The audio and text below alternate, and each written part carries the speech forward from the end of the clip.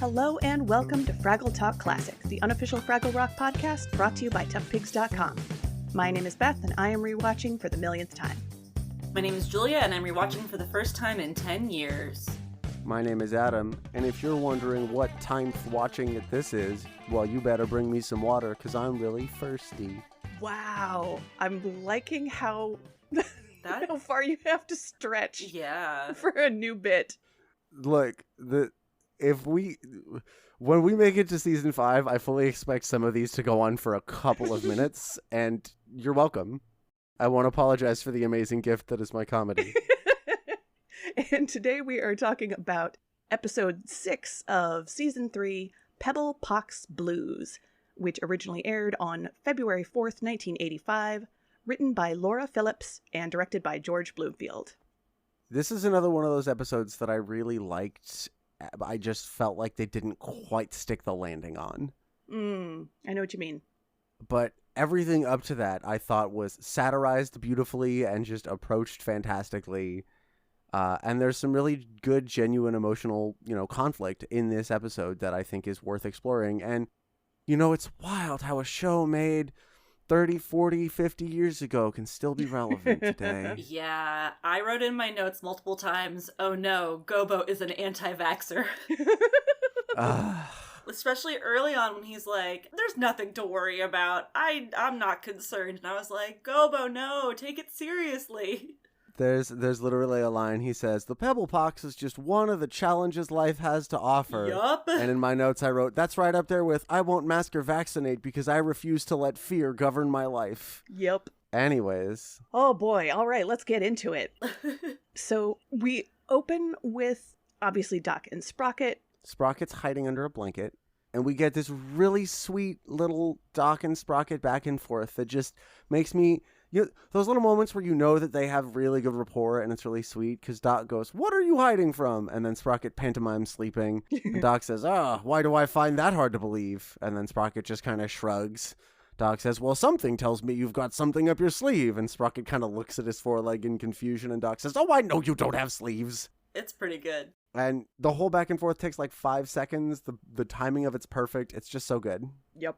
And I love the wonderful pantomime of Sprocket, like, flinging himself in front of the calendar so Doc doesn't see what he clearly already saw. Like, the damage has been done. Mm-hmm. Doc knows it's Sprocket's vet appointment.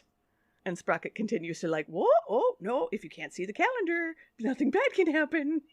And Doc says, like, hey, it's important to get your vaccines. It's important to get your shots because not only is that going to make sure you don't get sick, it's going to make sure you don't get anybody else sick. And just like, do you remember when we'd all agreed that was a communal societal obligation was to avoid getting each other sick? Do you remember that? Pepperidge Farm remembers. Pepperidge Farm remembers. That's a deep cut. So at least in this chunk... he doesn't say anything about, at least not yet, he hasn't mentioned any of the potential benefits of going to the vet. He's saying like, oh, okay, you wanted to avoid your annual visit to the vets for your shots. And he says, why, Sprocket, you can't be scared of a little needle. And he holds his fingers, a little ways apart. And then Sprocket is like, and like holds his hands very far apart as if to say, no, the needle is huge. That's such a cute little bit. It's a very cute little bit. And it's clear that, Sprocket is operating from a place of very reasonable medical fear. And I really liked this, just like keeping in mind with Fraggle Rock's target audience being kids. Like when I was a kid, I was terrified of going to the doctors and I still don't like shots and needles. And obviously I'm happy now to get my vaccinations. Right. I have multiple tattoos. I've come to peace with needles, but I still don't look forward to them. And as a kid, I would like throw tantrums and cry because the idea of getting a shot was so upsetting to me. So on the one hand, like, I'm sure so many kids see Sprocket and they're like, yeah, I want to hide in bed and not go to the doctors when that's coming up. And also, a lot of dogs hate going to the vet. Some of them are chill with it, but that's a pretty common thing where dogs like know the word vet or know the route to the vet and they don't enjoy it. So yeah. This opening bit, I was like, yeah, this is like gonna set the tone for the rest of the episode, and I feel like it's being presented in a way to kind of ease a younger audience into it of like, we're going to be talking about sickness and health and things like this, and maybe this is something that you can relate to. And it's okay to be scared. Like, yeah, there's nothing wrong with, like, not enjoying getting a shot. But it's also good that Doc's there saying, like, you know, it's okay to be scared, but it's also still important. So, yeah, that was nice. I do also appreciate that the advice Doc gives is actually good this time around. We haven't gotten there yet. No, this is in that first bit. He says you go, you do it quickly, you get it done. Or is that not the first bit? Yeah, after that, all he says is, you just fetch your leash and let's get it over with. It's for your own good, you know. And then Sprocket just shivers under his blanket. So in this first bit, Doc hasn't really addressed, like, just saying it's for your own good. Like, it's true. It's very true. Mm-hmm. And yet, Sprocket is not in a place to hear that right now. I don't know. The concept of, like, yeah, it's something that has to happen, so do it and get it over with is one that was really helpful for me. Oh, not for me. I also cannot stand needles at all. And what I always tell the doctor is, like, okay, you need to put a needle in my right arm. I will relax that one. My left arm is going to be as tense as steel cable. Yep. Don't give me a countdown. I'm going to look away. You just do it and get it done as quickly as possible so I don't have to be worrying about it anymore. I'm the exact same. Yeah, I mean, nowadays I absolutely am. But, like, when I was a kid, the concept of just get it over with was not sufficient for me if the initial fear of had not been addressed. That is also super fair. Yeah, that, like, part of the conversation has to be, like, what is scary about this to you? Can you talk to me about what you're feeling? And then addressing that, like, yes, that fear is valid. And also we all have to do some scary things in life and blah, blah, blah. But, like, going straight to let's get it over with, it's for your own good. Both of those are true. And it's also not being presented right. Yeah, exactly. No, I agree with you on that one.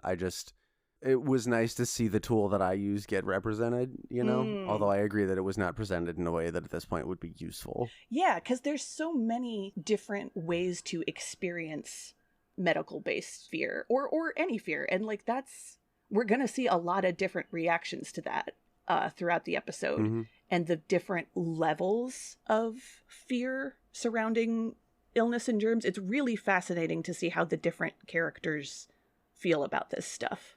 Mm-hmm.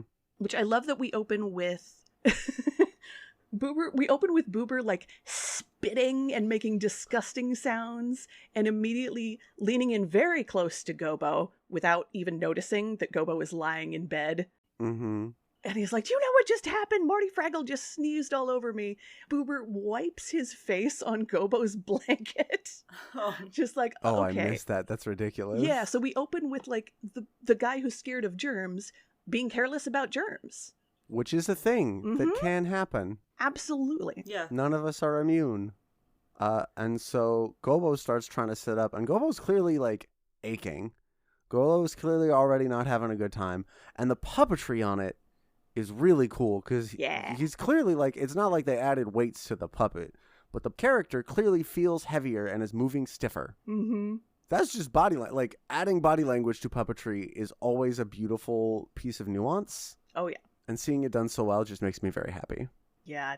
Jerry did this scene great. You absolutely believe that Gobo is, like, struggling to sit up and then it flops back down, as we will see Wembley do many times. Yeah.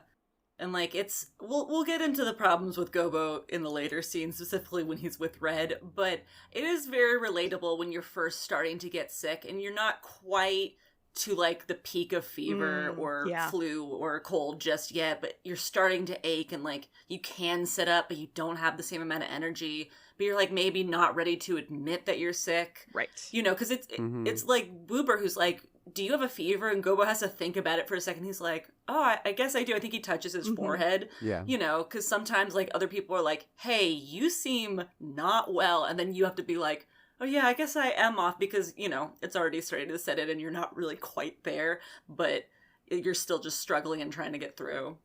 So this is maybe the most I related to Gobo was at the start of this episode of, like, oh, yeah, I hate that. Just the onsetting of being sick. It is a very frustrating time. Have we heard of Pebble pox before? Has it just been referenced in passing? It has not even been referenced in passing before. I mean, Boober's been scared of germs and sickness before, but Oh, yeah. this is the first time specifically the Pebble pox has come up at all. Has there been an episode that we've watched where the Fraggles have been sick? There was...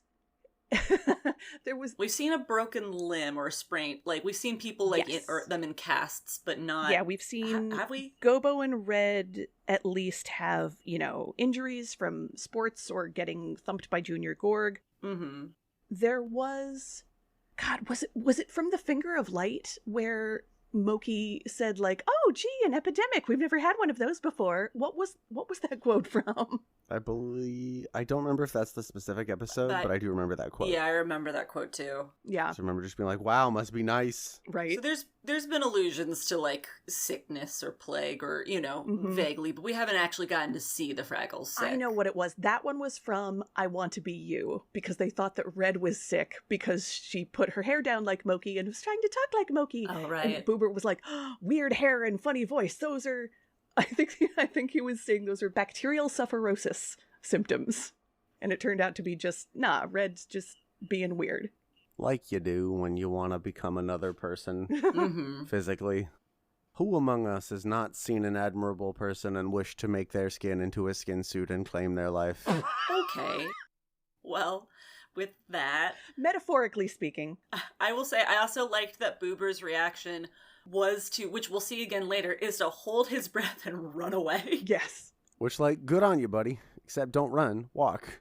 Because if you start breathing when you're running, you're going to breathe a lot deeper and pull anything you're trying to avoid deeper into your lungs. Mm-hmm. Yeah. Yeah. So hold your breath calmly, walk. I think it's fascinating that... So Gobo's like, oh, is that all? And Boober's like, the Pebble pox is only the most contagious disease a Fraggle can have.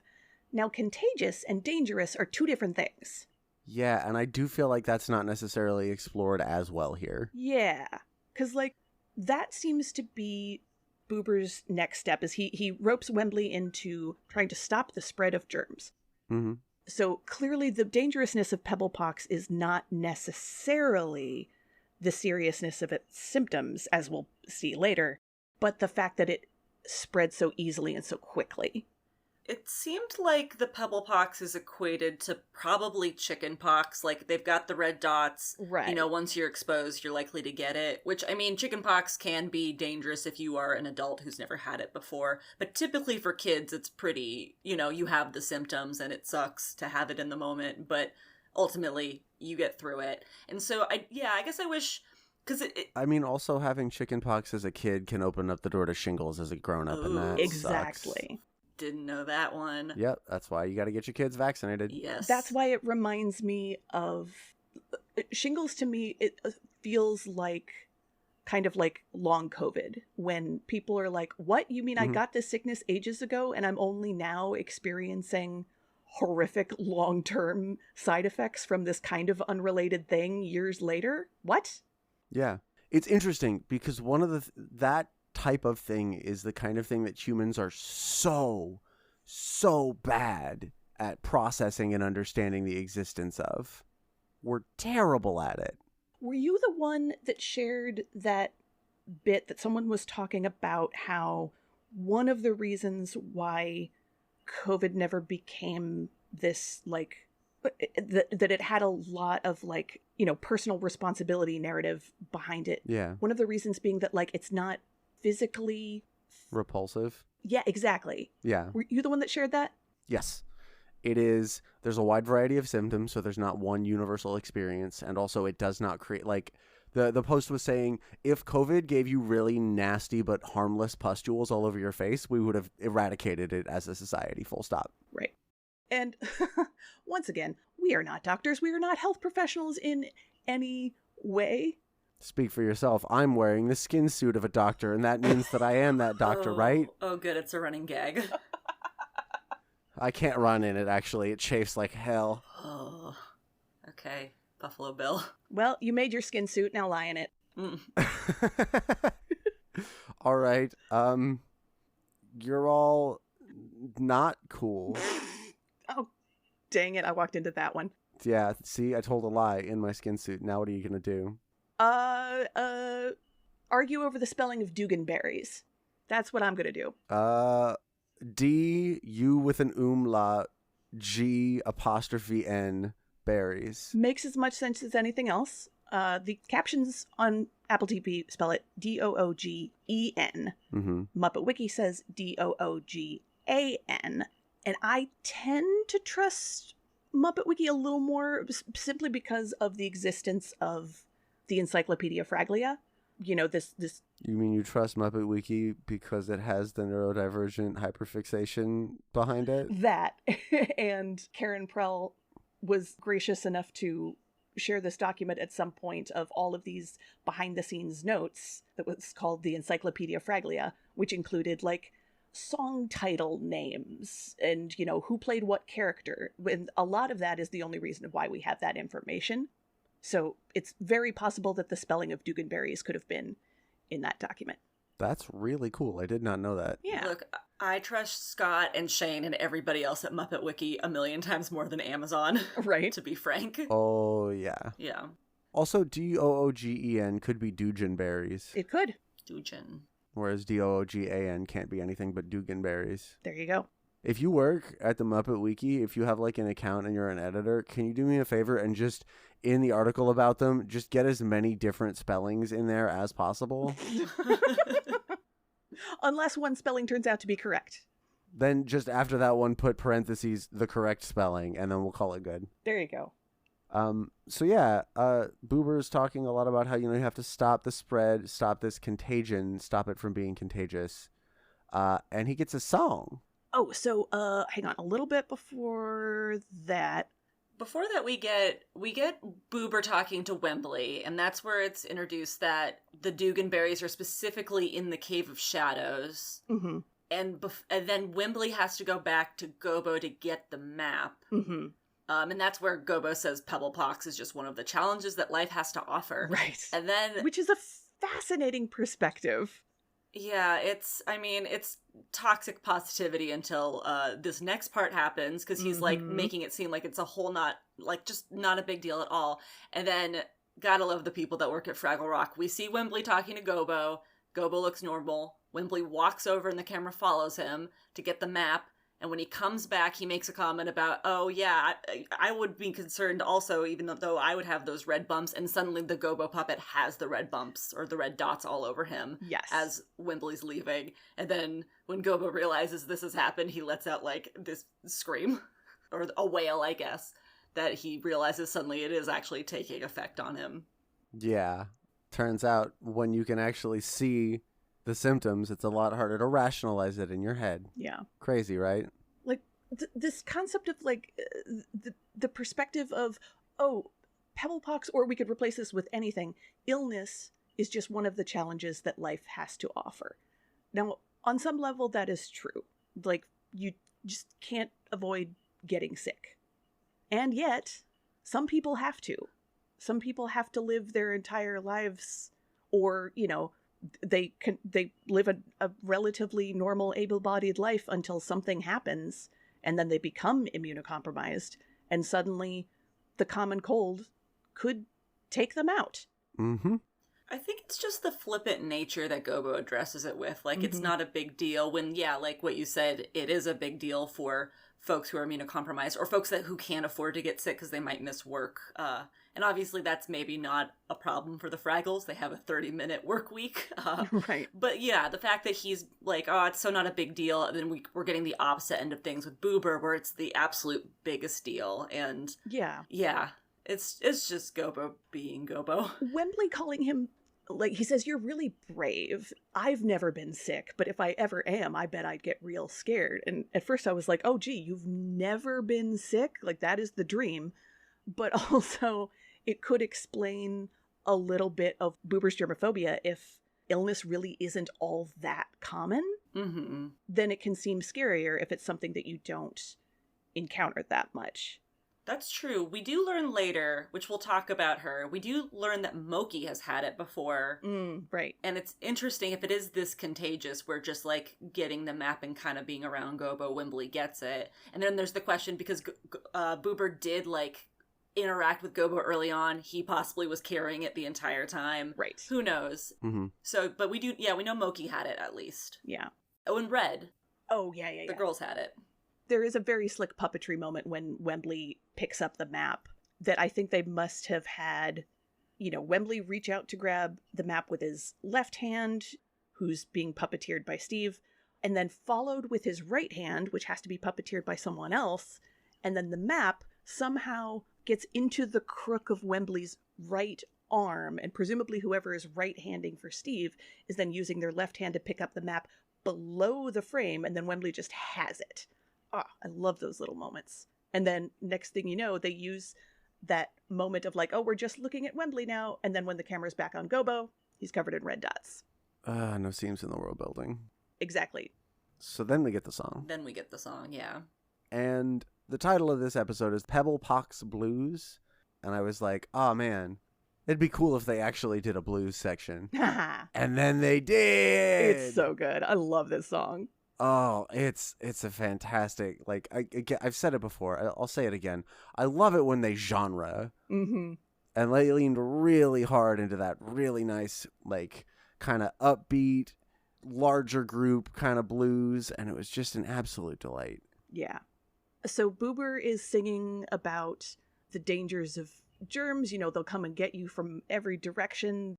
And as he's describing these germs, we get these germ puppets flying around that are kind of meant to be imaginary, of like, oh, it's Boober's imagination that is conjuring up these horrible images, and he's being so convincing that Wembley is seeing them too.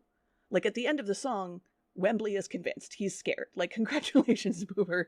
You successfully passed on your germophobia, whether or not that was the intention. Mm-hmm. But these wonderful germ puppets are these little blobs and worms flying around with wings. It's great. It is just fantastic. And also just really fun. And then so after that we have the next Doc and Sprocket segment, right? Yes. Sprocket is hiding and Doc is trying everything he can think of to get Sprocket to come out and go to the vet and get his shots. And he gets a call on the phone. And I cannot, for the life of me, remember this woman's name. Miss Ardath. Miss Ardath, and she has an Airedale. Yep. And her Airedale is apparently hiding under the porch, and she's wondering if Sprocket could come by and help lure her out from under the porch, which Sprocket is very enthusiastic about doing.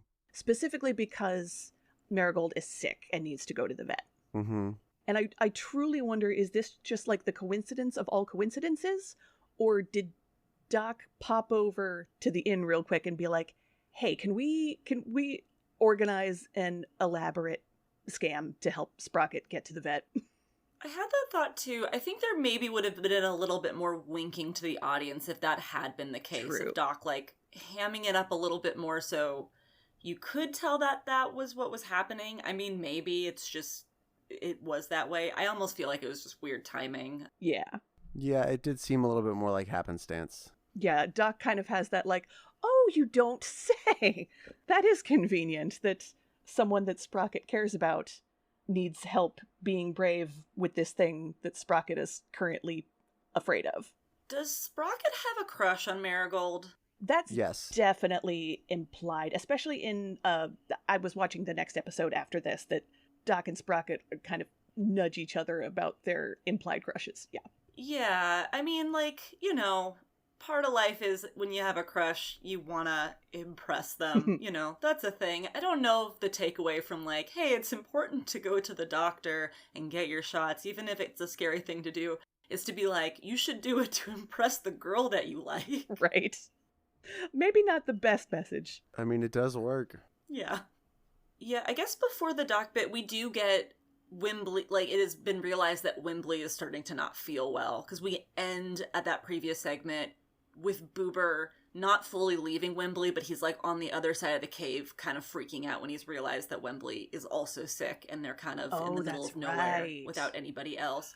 And then we go to Doc and Sprocket, and then we come back to Boober with this dilemma of, we see him almost leave his friend, and then he says, what am I doing? I'm deserting a sick friend. But, and then we just see him kind of almost have like a Gollum like moment back and forth, like in Lord of the Rings, where he's talking to himself, where he's like, I can't go back. He's sick. Oh, but I can't leave him because he's my friend and he's sick, and just not knowing what to do. And it's just like the biggest anxiety dilemma for Boober, who we've known from the get-go hates germs. Yeah. But loves his friends. Well, isn't the second bit with Gobo before that, though? We go back to Gobo after. I think we just, like, see them really briefly, Wembley and Boober. Like, we don't get the resolution here, and we do then go back to Gobo. That's fair, because I know we have 2 Gobo scenes. Right. So the first one is Boober and Gobo, and the second one is Wembley and Gobo, and then the third one is Red and Gobo. Red and Gobo, and then the fourth one is Moki and Gobo. Oh, yeah, we really see everybody interact with Gobo in terms of his sickness, and, you know, obviously, like, it's progressing how he's feeling and also how he is handling it, which we can get into the Red and Gobo bit, which a known thing is that, men take pain worse than women, and it is so on display in this scene where Red's like, I had it and it sucked, and he's like, yeah, but you didn't have it as bad as me, and it's like, oh my Christ, Gobo, shut the hell up. I have it in my notes. He says, it couldn't have been as bad as this. Yeah. And after that, in all caps, I just wrote, ain't that just like a man? Yeah, their pain tolerance is so much lower. And obviously Red is getting to the end of her rope. Gobo's like, I'm not taking any medicine. And she's like, oh, yes, you will, because I'm going to pour it down your little baby throat. Well, there's this great bit where she's like, don't be a baby. And he's like, I'm not a baby. I'm not. And you see her like shift a little bit and clearly pulls into a sarcastic mode, which he does not clock at all. And she's like, no, you're not a baby. And he goes, no. She goes, you're a big, strong grown-up. Yeah. And you're being so brave. I am. Thank you for noticing. Mm-hmm. You're going to take the medicine. And then he throws a little fit about the medicine. And she does that same line about like, well, I'm going to pour it down your little baby throat. And it's like, yeah, no. Yeah. Gobo, you suck. And he even follows that up with, hey, you're supposed to be nice to me. Which, okay. Mm-hmm. One, caretaking and niceness are not the same thing. Mm-hmm. But also, Red needs a shift change. She needs a shift relief. She needs someone to come and take care of Gobo. Someone who is not her. She has done her 30-minute work week taking care of this whiny baby. 100%. Also, there's a moment at the start of the scene. Have either of you seen Walk Hard, the Dewey Cox story? I have not. It's been recommended to me. Oh, it's so funny. There's just a part in the beginning where he's like, Red, I need another pillow. And she's like, but I just like took a pillow away. And he's like, yeah, but I need it now. If you've seen Walk Hard, the Dewey Cox, there's a moment in the hospital where he's like, I need more blankets. And then like, but now I need less. I can't explain it. It's really funny. That's a reference. That's how I do references. Just pointing at them and go, nice. Similar. These things, they are similar. There was another great puppetry moment, yeah, with that pillow of like, oh, bring the pillow. No, I already took it away. Well, now I need it again. And Red having to, like, making a puppet pick up a pillow and put it behind another puppet. Mm-hmm. Like, she had to plant her face in the pillow for leverage, but she did it. And then she walks off to get something, and he goes, would you fluff it? And she's like, "Ugh." He's really just being a deeply selfish, whiny, entitled little baby. Yeah. And I love that they're painting this behavior and showing it so negatively, so people internalize, like, no, bad, don't do that. Right. Like, yes, it is miserable to be sick, and also, you know, your friend is here taking care of you. You're gonna be fine. Your friend is here taking care of you? You say thank you. Yeah, I was literally gonna say, you can say thank you. Like, you can still be like, I feel so bad, please bring me some barley tea. Right. Thank you so much. You don't have to just be like, no one's had it as bad as me ever. Yeah. Please and thank you goes a long way. Mm-hmm. Yeah, that really does. So then we get that Boober Wembley section, and Wembley's getting pretty sick.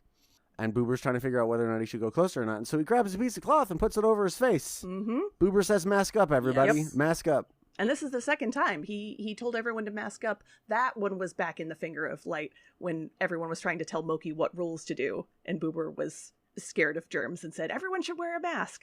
Yeah.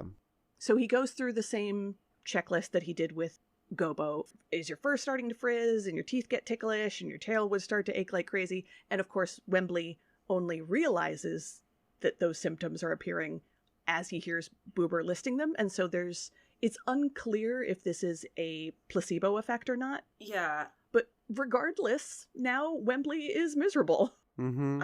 I did have that thought if it was like almost just him being kind of like a hypochondriac or placebo in the sense of like, is he really feeling this until he does get the spots later? So he is clearly actually feeling sick, but I didn't know if it was just all getting to his head because that is kind of a little bit like Wembley.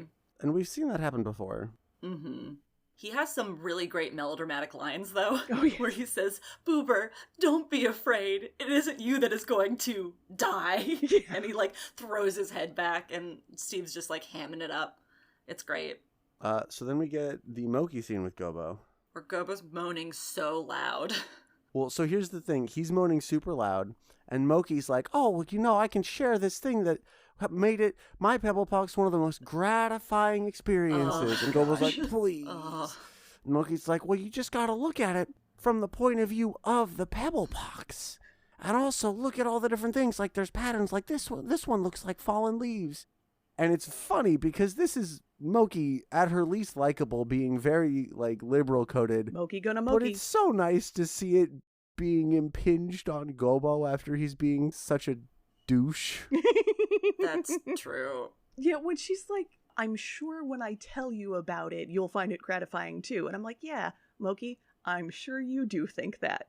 That as long as you share your perspective, then that will immediately get everyone on the same page as you, and they'll have the same perspective, and everything will be great. Yep, I get it. I understand. But then when she's like, you're not looking at it from the Pox's point of view, I was like, oh, now she learns that lesson? Where was this lesson when it was time to talk to the Doozers? Yeah. And ask them how they felt about Fraggles eating Doozer constructions. Maybe she learned that from the Doozer episode, and now she has taken it too far. That also seems very Moki. Everyone is so on brand in this episode thinking about it. Yeah. Just very consistent with what we've seen from them over the 2.5 seasons. Not even 2.5 yet. Yeah, it's extremely good character work throughout the whole episode. Yeah. And then we get Moki reading a postcard, which I don't think we've gotten before. Yeah. I don't think that's happened either. And what was this postcard? What was this postcard? Yeah, I don't, that was... How did it... I rewound it, because I said, I must have missed something, because it's not even that it doesn't really relate to the rest of the episode, it also just doesn't really make sense. He says hubba hubba about a cow named Bessie. Yeah, he is implied to be flirting with the cow, or at the very least attracted to it. Yeah. Like... The beats of this are exploring is lonely life. Mm-hmm. It's rare to make real friends, but sometimes destiny steps in and you find someone you were meant to know, and that's about a cow named Bessie that he says again hubba hubba about. And that's like kind of it. He's just hanging out with a bunch of cows in a field. Mm-hmm. Yep.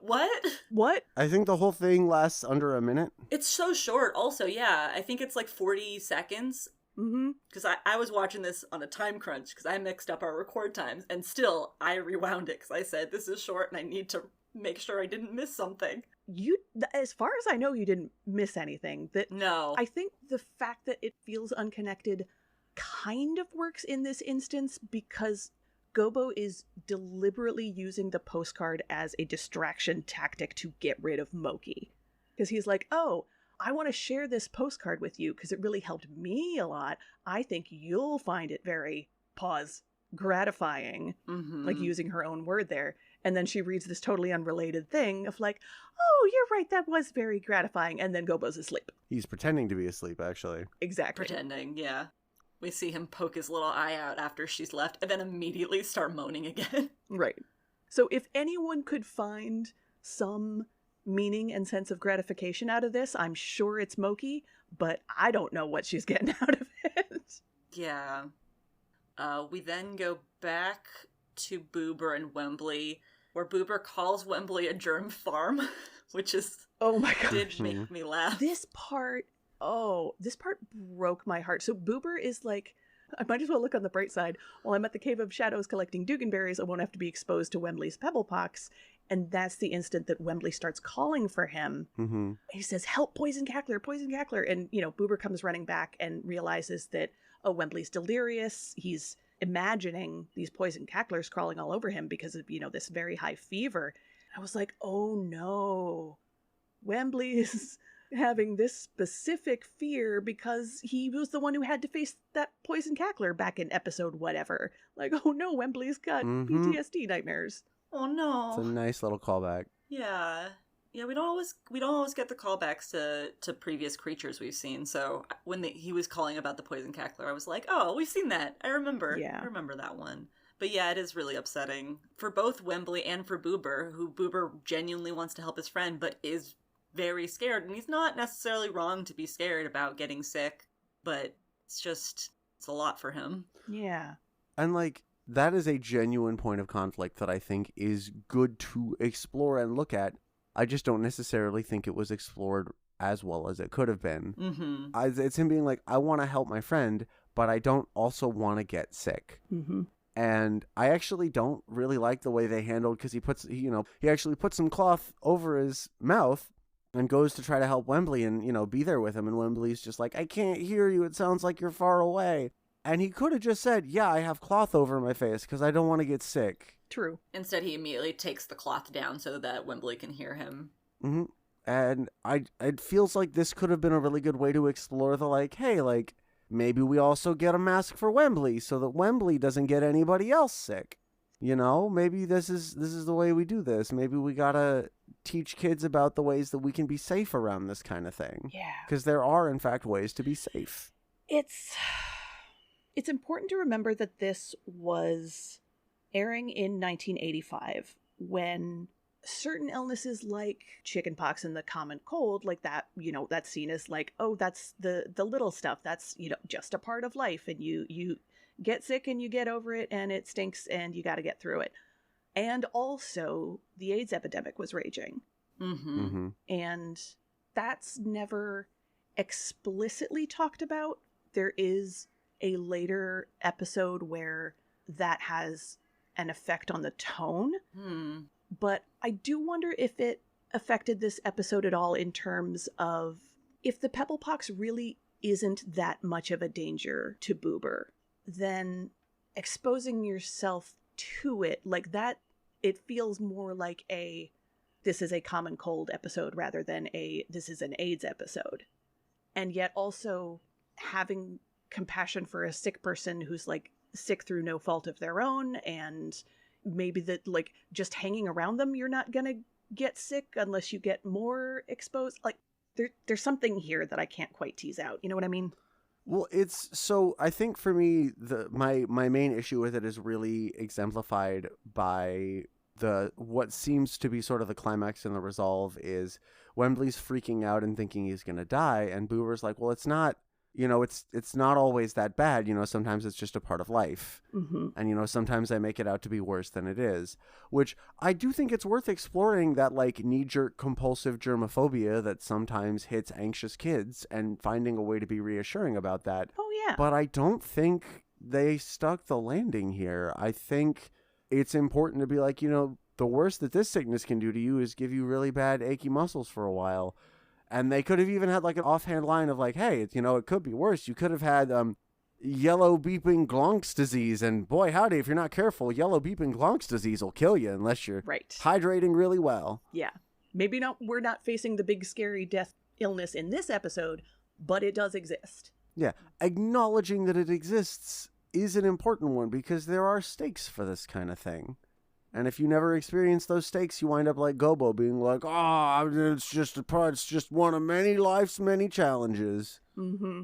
During the pandemic, there would be like little compilations of a certain person's social media clips, and it would be a couple of their posts being like, COVID ain't nothing. I don't need to worry about it. I'm not scared. And then there'd be a couple being like, wow, man, I'm so tired. Screw COVID. Or, man, breathing is really hard with COVID. And then there's one that would be like, hey, I'm sorry, but this person has passed away as of this, of COVID related. And it's like, that's what happens. Yeah. You can't gaslight a virus. Yeah. Yeah. It's complicated, but at the same time, it's like, yeah, what do you expect from this virus that has been reported on and killed like hundreds of thousands of people? Like, it's millions of people. Yeah. I should probably read Everything is Tuberculosis at some point, because I feel like that might be relevant here. That the vast difference in how illness affects people is so hugely based on what access to resources they have. Mm-hmm. Oh, yeah. It's an incredibly important thing, and I think could have been touched on more here. Like, if you had seen Fraggles being like, okay, well, he's got the pox, so we're going to go visit him, but we're all going to put masks on, or something, right? Yeah. Or we're going to just make sure that we don't share cups. Can't drink out of his water cup, because that's not safe. are like, yeah, this one's really dangerous. And so, we get to see the like, hey, we'll give him the medicine, which is good. We'll get him the doog. And I really appreciate that you see him not just getting doog, but he's getting other things that will also help alleviate symptoms. Yeah, that was great. But just something to be like, hey, like the main danger of Pebblepox is dehydration, or the main danger of Pebblepox is like lack of circulation. Or yeah, because if the lesson is don't be scared of common illnesses that don't have long-lasting harmful effects for most people, okay, I can see how that's an important message, and kids do need to learn that, and also it's more complex than that. I mean, I feel like they had a really good opportunity to hit the line of, well, it's not about being brave or being scared, it's about being careful. And they did kind of whiff that, which the setup was really good, and I do want to give credit where it's due. The various pieces of, the culture of our culture that they are satirized very well. Yes. Oh, 100%.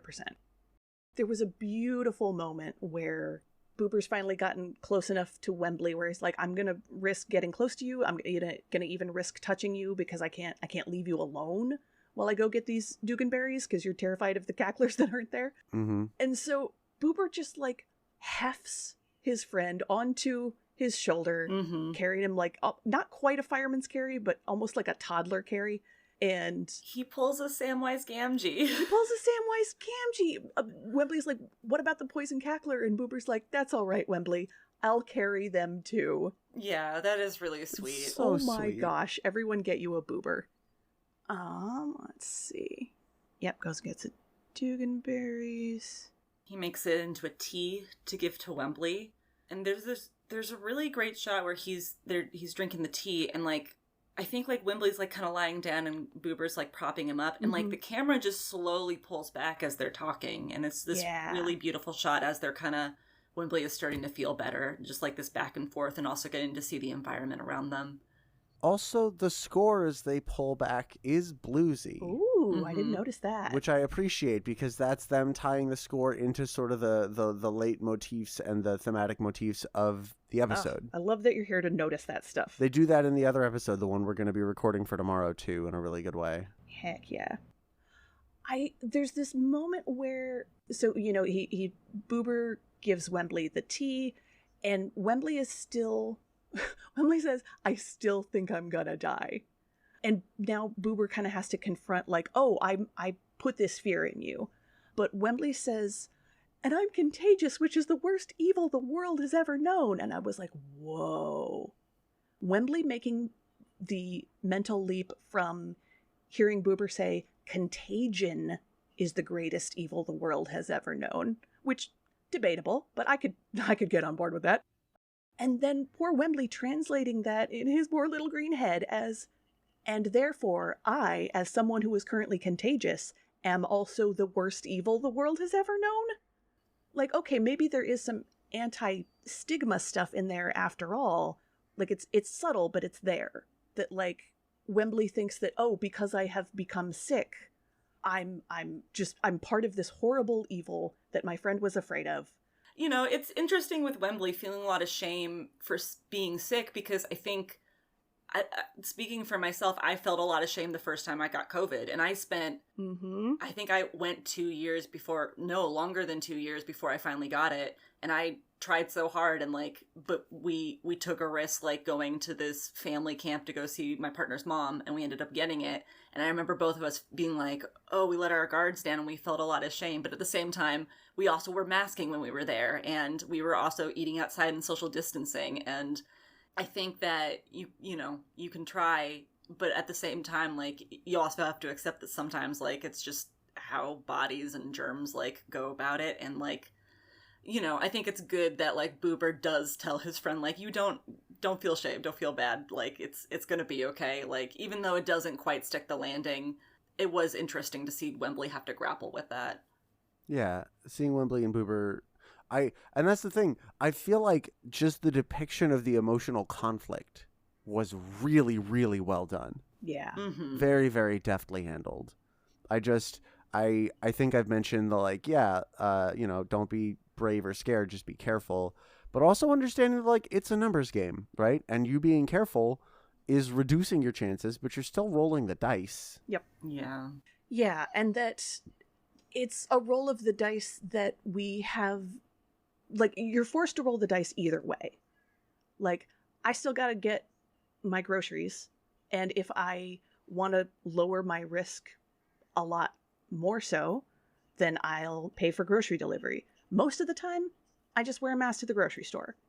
See, but even then, if you want to lower your risk by paying for delivery, you're not lowering the overall community risk. You're just paying someone else to take the risk. Exactly. And especially if I don't know if the person who's picking up my groceries for me is masking or not. Exactly.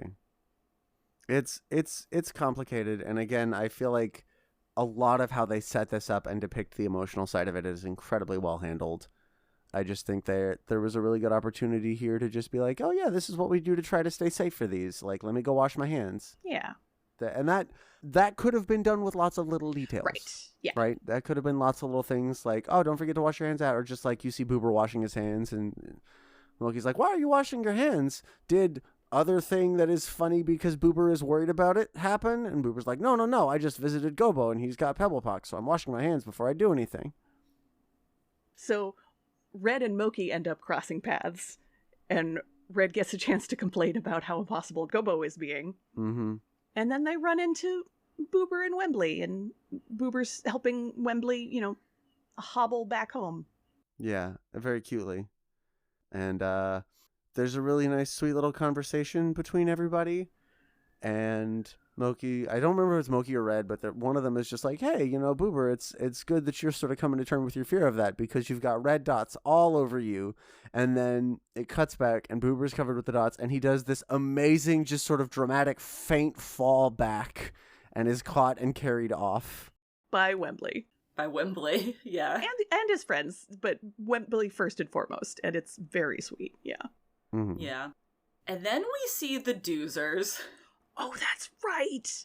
They're on stretchers, and I'm assuming they've got the Pebble pox, too. I couldn't see. Are there little dots all over them? Yeah, they have little red dots. Yep, tiny little red dots on the doozers. It was very fast, and, I think by the time I was like, oh, they're sick, too, we then cut back to Doc and Sprocket, but we do see them on stretchers, and they're sick. On stretchers, there's a little motorized stretcher with a patient hooked up to an IV, covered in tiny red dots, and there are then, two more patients on a, double stretcher, with more doozers carrying them, and everybody's masked up.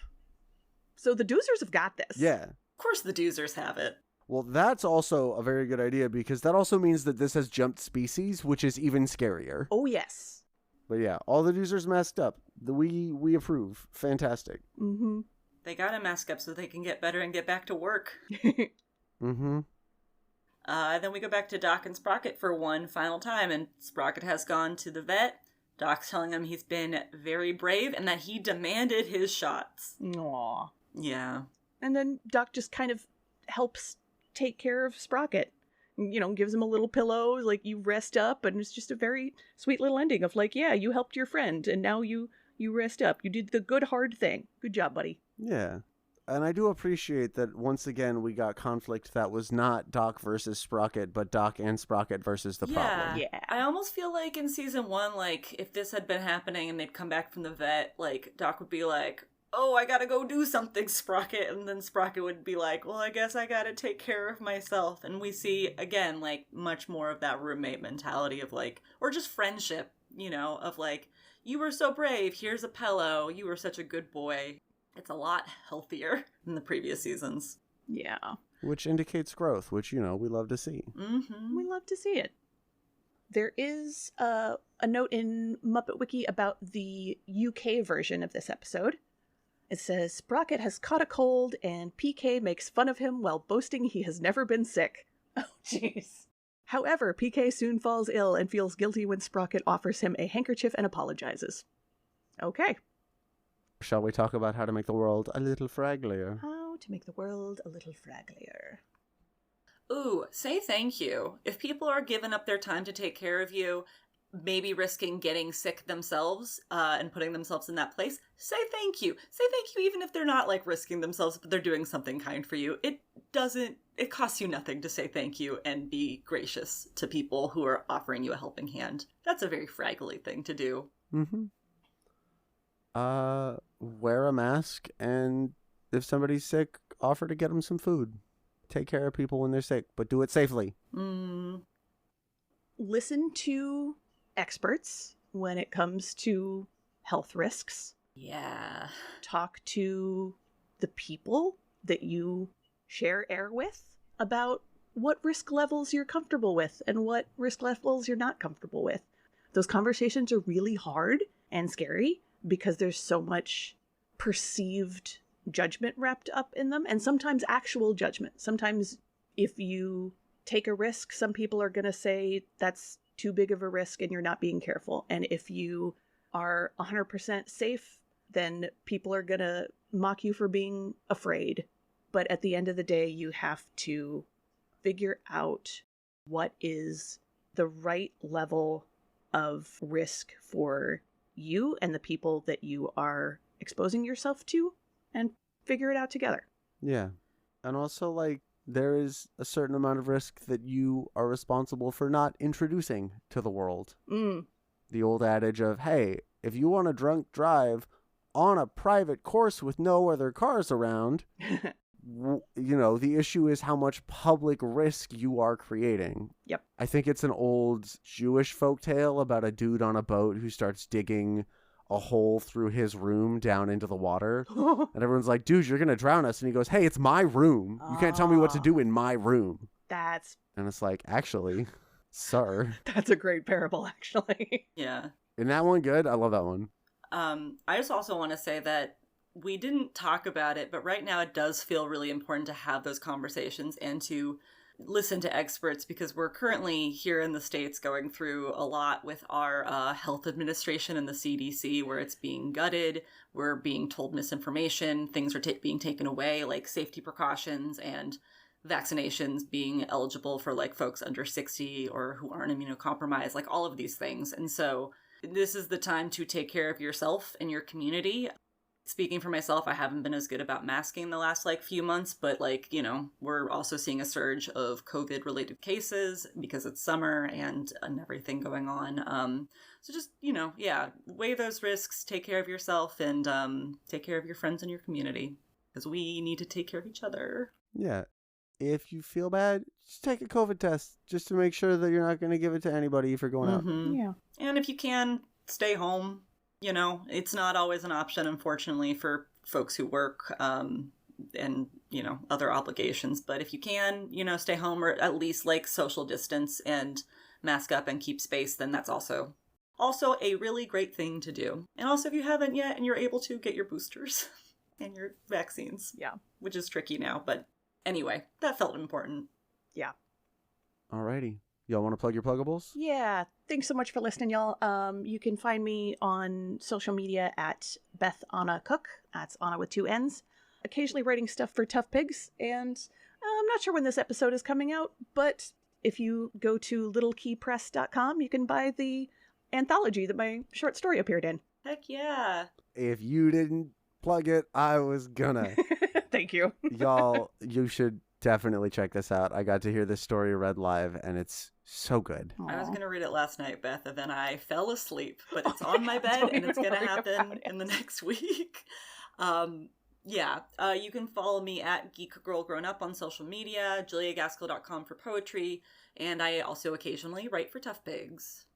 You can find me by following a fox in Skyrim. Ooh. That fox will inevitably lead you to me, but I might be asleep or taking a crap, so, approach with caution.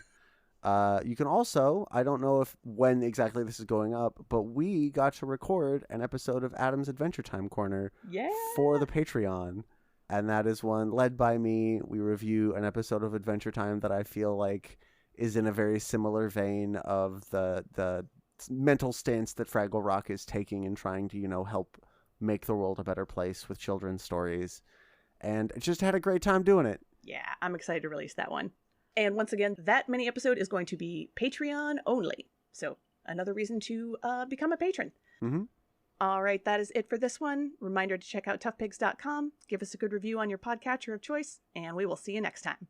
Don't forget to get... Wow. Don't forget to dance your cares away. Down at Fraggle Talk.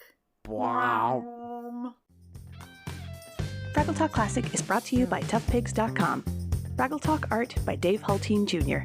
The Fraggle Rock mark and logo, characters, and elements are trademarks of the Jim Henson Company. All rights reserved. Fraggle Rock theme song, written by Philip Balsam and Dennis Lee, is used with permission. Special thanks to the Jim Henson Company and the entire Fraggle Rock family. For more from Tough Pigs, follow us on Instagram, Blue Sky, and Facebook, and make sure to check out our Discord server, TeePublic merch store, and Patreon. Fraggle Talk Classic is produced and edited by me, Beth Cook. Thank you to Joe Hennis, the Tough Pigs Muppet Fan Podcast executive producer. Thanks for listening, and we'll see you next time, down at Fraggle Talk. Why did I looked up the definition of contagion. The communication of disease from one person to another by close contact. Mm-hmm. Disease spread by close contact, the spreading of harmful idea or practice. Okay. And then in my notes, I wrote, will I ever stop raving about K-pop demon hunters? Unlikely. Never. What was that about? Never. What did I mean by that? Did you just have a intrusive thought during your note No, taking? it was some connection that me at the time thought was completely clear and obvious, and now I'm like, what the was I talking about? Maybe because she is so concerned about the contagion of being a demon. Spoilers. But she never calls it a contagion. That's what it was about. It was about shame. It was about the shame. Ah. You know, and to tie it back to, we can talk about K-pop Demon Hunter later, because, there's so much it. to say. Oh, There's yeah. so much There's to so say. much to say.